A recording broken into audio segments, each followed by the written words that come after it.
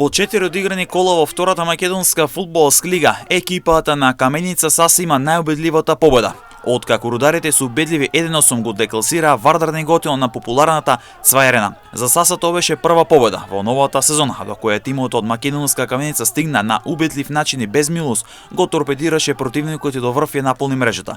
Вардар Неготино доживеа тежок пораз, дефинитивно еден од најголемите домашни порази во втората македонска фудбалска лига.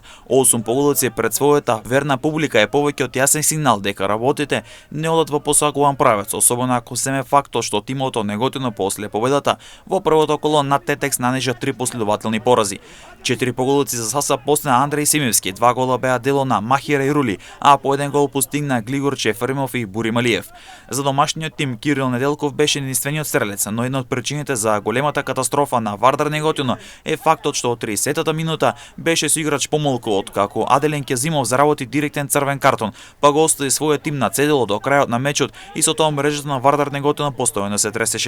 Саса сега на своето конто има 5 бодови, се проби до 10-то место на табелата, но ја набилда и гол разликата со тоа што има 12 постигнати погодоци, додека пак Вардар Неготино приме 14 погодоци, новие 4 надпревари, од кои 8 само на мечот со Саса. Во следното коло тимот на Вардар Неготино рехабилитација ќе бара во Ресен против Преспа, но и овој тим во претходното коло доживеа вистинска катастрофа, откако во Гевгеле беше декласиран од Кожув со 7-1. Па на тој начин двете екипи кои во претходното коло целосно разочараа ќе бараат враќање на победничките патеки со фаворитска предност за Преспа.